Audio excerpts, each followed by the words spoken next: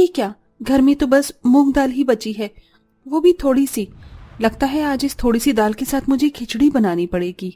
अनिका घर में बची थोड़ी सी मूंग दाल लेकर उसमें चावल डालकर उसे भीगने के लिए रख देती है और थोड़ी देर बाद चूल्हे पर उस दाल और चावल की खिचड़ी बना देती है।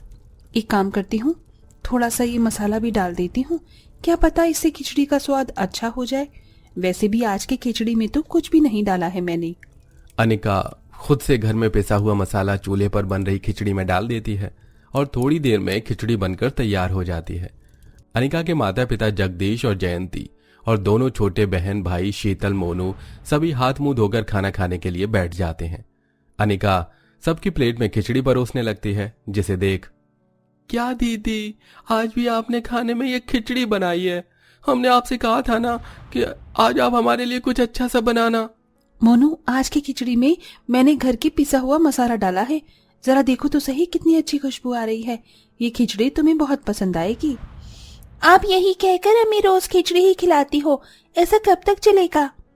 ऐसा नहीं कहते, ऐसे तो तुम लोग खाने का अपमान कर रहे हो। चलो चुपचाप से खिचड़ी खा लो। अपनी माँ जयंती के समझाने पर दोनों बहन भाई चुपचाप से खिचड़ी खाने लगते हैं। अपने परिवार को यूं चुपचाप से खिचड़ी खाता देख अनिका को मन ही मन काफी बुरा लग रहा होता है। मैं जानती हूँ माँ बाबा, आपको भी ये खिचड़ी खाने का बिल्कुल भी मन नहीं कर रहा, लेकिन घर की तंगी की वजह से आप लोग बिना कोई शिकायत करे ये खिचड़ी खा रहे हो। अनिका बड़ी मुश्किल से सबके सामने अपने आंसुओं को रोक पाती है। अनिका के पिता जगदीश घर चलाने के लिए फैक्ट्री में मजदूरी का काम करते थे, वहीं जयंती लोगों के घरों में बर्तन धोने का। लेकिन इतनी मेहनत करने के बाद भी दोनों पति पत्नी मुश्किल से चंद रुपए ही कमा पाते थे और उन चंद रुपए में इस परिवार को हर रोज खाने में सिर्फ खिचड़ी ही नसीब होती थी। भले ही अनिका हर रोज अपनी रसोई में खिचड़ी बनाती हो, लेकिन अनिका की खिचड़ी खाने में काफी ज्यादा स्वादिष्ट होती है। ये क्या, मैंने जो 2 महीने पहले कुछ सब्जियों के बीज बोए थे वो सब तो उगने लग गईं। इसका मतलब आज मैं सबके लिए सादी नहीं बल्कि सब्जी वाली मसालेदार खिचड़ी बना सकती हूँ। अनिका आंगन में उगी हुई सारी सब्जियों को तोड़ती है और आज सबके लिए सब्जी वाली मसालेदार खिचड़ी बनाती है, जो अनिका के परिवार वालों को काफी पसंद आती है। अरे अनिका बेटा, ये सब्जी वाली मसालेदार खिचड़ी तो काफी बढ़िया बनी है। तुम्हारी कल वाली बनाई हुई सादी खिचड़ी से भी बहुत ज्यादा स्वादिष्ट है। हाँ दीदी, आज की खिचड़ी तो हमें भी बहुत अच्छी लग रही है, थोड़ी सी और दो ना। अपने घर वालों को अपनी बनाई हुई खिचड़ी पसंद आता देख अनिका काफी खुश होती है, जिसके बाद अब जब भी अनिका के पास ठीक ठाक पैसे होते हैं तो अनिका कभी सब्जी वाली खिचड़ी, मसालेदार खिचड़ी तो कभी मिक्स दाल की खिचड़ी बनाती, और जब पैसे नहीं होते तो सादी खिचड़ी ही बना देती। लेकिन इस रोज रोज की खिचड़ी वाली रसोई में खिचड़ी तो काफी बढ़िया ही बनती। ऐसे ही एक दिन पूरा परिवार खिचड़ी खा रहा होता है कि तभी वहाँ उनकी पड़ोसन कमला आती है। लगता है मैं गलत समय पर आ गई, आप लोग खाना खाइए, मैं बाद में आती हूँ। नहीं दीदी, लीजिए आप भी हमारे साथ बैठकर ये खिचड़ी खाइए, आज मैंने बहुत बढ़िया खिचड़ी बनाई है। वैसे खुशबू तो काफी बढ़िया आ रही है, मुझे लगा था कि मेरे आस पड़ोस में किसी के घर पर बिरयानी बन रही है, लेकिन ये खुशबू तो इस खिचड़ी की है। अनिका कमला को भी एक प्लेट में खिचड़ी निकाल कर दे देती है। कमला जैसी अनिका के हाथ की खिचड़ी खाती है तो उसे भी वो खिचड़ी काफी पसंद आती है। अरे वाह, तुमने तो बहुत बढ़िया खिचड़ी बनाई है। मुझे तो लगा था कि तुमने वही मरीजों को खिलाने वाली खिचड़ी बनाई होगी, नमक हल्दी डालकर, लेकिन ये तो सच में काफी बढ़िया है। जरा मेरी चिंटू के लिए भी थोड़ी सी खिचड़ी दे दो। कमला की बात सुन अनिका काफी खुश होती है और कमला के बेटे के लिए भी खिचड़ी पैक कर देती है। अनिका के घर में जब भी कोई पड़ोसी या मेहमान आता तो अनिका यूं ही उन्हें बड़े प्यार से अपनी बनाई हुई खिचड़ी खिलाती। कहने को खिचड़ी काफी सिंपल सी चीज है, लेकिन अनिका के हाथ की खिचड़ी तो बिरयानी को भी फेल कर दे। ऐसे ही समय गुजरता है और एक दिन, आरती मेरी दोस्त कैसी है तू? तू तो शहर जाकर मुझे भूल ही गई। ऐसी कैसे भूल सकती थी? और देख, आज तुझसे मिलने सिर्फ मैं ही नहीं बल्कि मम्मी भी आई हैं। आंटी जी कैसी हैं आप?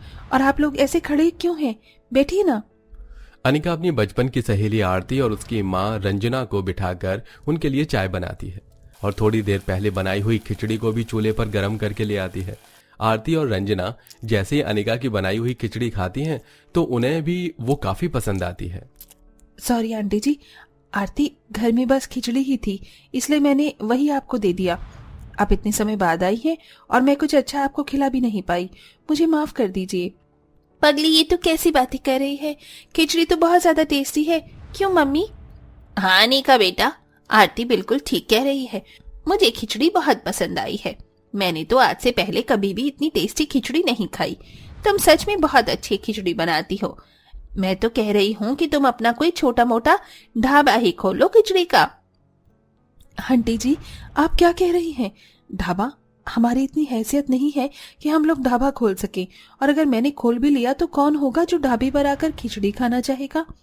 बेटा, बहुत लोग होंगे। तुम्हारे हाथ की खिचड़ी सच में बहुत ज्यादा टेस्टी है।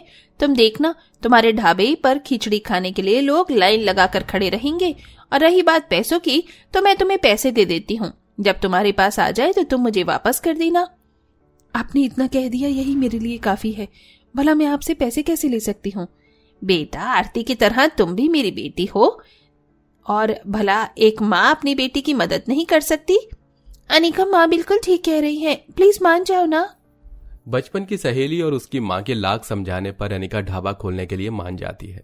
रंजना अनिका को ढाबा खोलने के लिए अच्छे खासे पैसे देती है, जिससे अनिका अपने गांव में ही एक छोटा सा ढाबा खोल लेती है।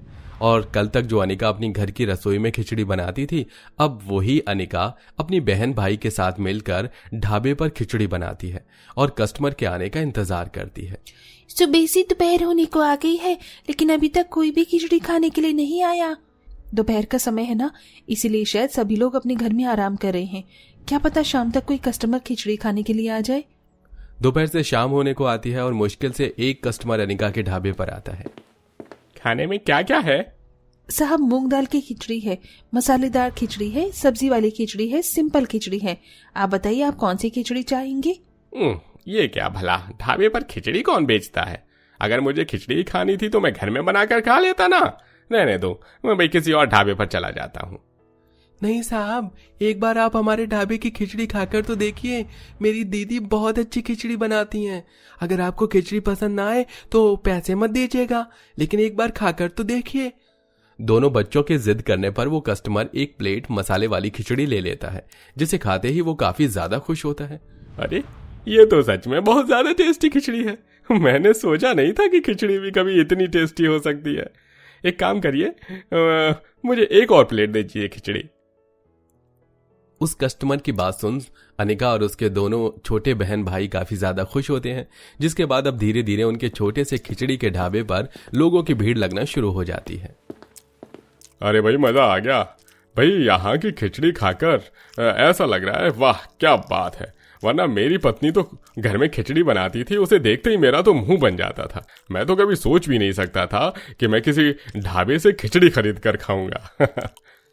बहन जी, 3 प्लेट खिचड़ी पैक कर दीजिए और हाँ, 2 प्लेट खाने के लिए भी दे दीजिएगा। लोगों की इतनी बढ़ती भीड़ देख अनिका काफी ज्यादा खुश होती है। कुछ समय में अनिका खिचड़ी बेचकर काफी अच्छे पैसे कमा लेती है, जिसके चलते आज अनिका अपनी रसोई में खिचड़ी न बनाकर अपने परिवार के लिए तरह तरह के स्वादिष्ट पकवान बनाती है। अरे, मैंने सोचा भी नहीं था कि इस जन्म में मुझे इतना अच्छा खाना खाने को भी मिलेगा। ये खाना भले ही और लोगों की नजरों में सिर्फ खाना है, लेकिन हमारी नजरों में ये खाना हमारा सपना है, जो आज बेटा तूने पूरा किया। आज हमें तुझ पर गर्व महसूस हो रहा है। अपने माँ बाप की आंखों में खुशी के आंसू देख अनिका की आंखों में भी खुशी के आंसू आ जाते हैं, जिसके बाद जैसे जैसे समय बीतता है वैसे वैसे अनिका की तरक्की भी होती रहती है। और आज अनिका के ढाबे पर अनिका की सहेली आरती और उसकी माँ रंजना आते हैं। अरे, आप लोग यहाँ ऐसे अचानक? हाँ, सोचा कि आज तुम्हारे हाथ की गर्मा गर्म खिचड़ी क्यों न खाई जाए। हाँ, क्यों नहीं। आप लोग यहाँ बैठिए, मैं आप लोगों के लिए हमारे ढाबे की सबसे स्पेशल खिचड़ी लेकर आती हूँ। अनिका यूं ही इसी तरह मेहनत करती है और जल्दी अपनी सहेली की माँ रंजना के सारे पैसे भी चुका देती है। साथ ही अब अनिका अपनी दोनों छोटी बहन भाइयों का भी एक अच्छे स्कूल में एडमिशन करवा देते हैं और अब अपने माँ बाप को भी काम पर आने से रोक देती है। और इसी तरह मेहनत कर अनिका अपने परिवार वालों को एक अच्छी जिंदगी देती है और कुछ समय में अपने ढाबे में खिचड़ी के साथ साथ और भी कई तरह के स्वादिष्ट पकवान बनाकर बेचती है। तो देखा दोस्तों आपने, एक बेटा ही नहीं बल्कि बेटी भी अपने माता पिता का जीवन संवार सकती है, जैसा कि हमारी कहानी की इस बेटी ने स्वादिष्ट खिचड़ी बेचकर अपने माता पिता का सपना पूरा किया, अपने दम पर एक अलग मुकाम हासिल किया। तो दोस्तों, कैसी लगी आपको हमारी ये कहानी? हमें कमेंट में जरूर बताइएगा। साथ ही आपके घर में सबसे ज्यादा क्या बनता है, हमें यह भी बताइए।